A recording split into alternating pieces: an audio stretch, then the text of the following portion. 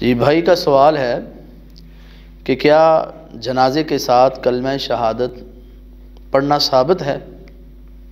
تو دیکھیں،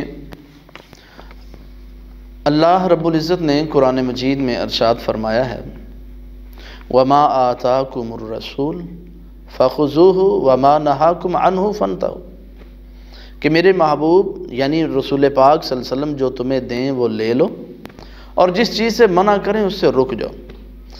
اب نبی صلی اللہ علیہ وسلم کی احادیث کے ذخیرہ میں یہ بات کہیں بھی ثابت نہیں ہے کہ اللہ کے رسول صلی اللہ علیہ وسلم نے اپنے صحابہ کرام کو یہ تعلیم دی ہو کہ تم جنازے کے ساتھ کلمہ شہادت پڑھو۔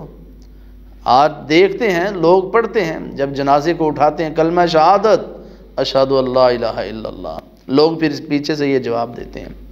تو یہ نبی صلی اللہ علیہ وسلم سے ثابت نہیں ہے یہ عمل، اللہ کے رسول صلی اللہ علیہ وسلم کے بعد صحابہ کرام سے یہ عمل ثابت نہیں ہے، تابعین سے یہ عمل ثابت نہیں ہے، یہ اپنی طرف سے گھڑا ہوا اور من گھڑت مسئلہ ہے۔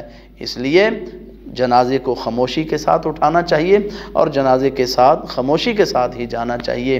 اللہ کے رسول آج دیکھتے ہیں آپ، لوگ تو نعتیں پڑھتے ہیں، لوگ نعرے لگاتے ہیں، اور ایک جنازہ میں نے ایسا بھی دیکھا ہے جس میں وہ ڈھول ڈھمکا کر رہے ہیں اور جنازے کو لے کے جا رہے ہیں۔ ماشاء اللہ، اس قدر جہالت ہے، اس قدر غیر گزرے لوگ ہیں۔